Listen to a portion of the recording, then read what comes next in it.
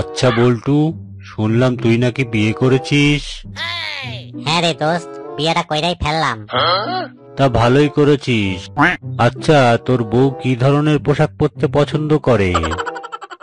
আরে দূর বেটা, ওইটা কিভাবে জানবো? মাত্রই তো 2 দিন হইল বিয়া করছি, বউ পোশাক পরার সময় পাইলো কই?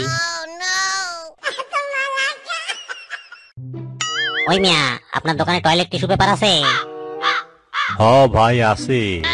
সাদাটার দাম 25 টাকা আর হলুদ কালারটার দাম 30 টাকা। কোনটা দেব, সাদা নাকি হলুদটা?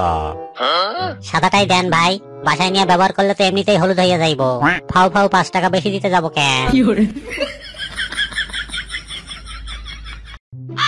আচ্ছা বল্টু, কালকে আমাদের বাসায় মিলাদ মেহফিল হবে, তুই অবশ্যই আসবি কিন্তু। না রে দোস্ত, সামান্য 2টা জিলাপির জন্য অত দূর যাইতে পারবো না। আমি বাসা থেকেই তোদের জন্য দোয়া কইরা দিমুনি। আরে এবার জিলাপি না, বিরিয়ানি দেওয়ার কথা আছে।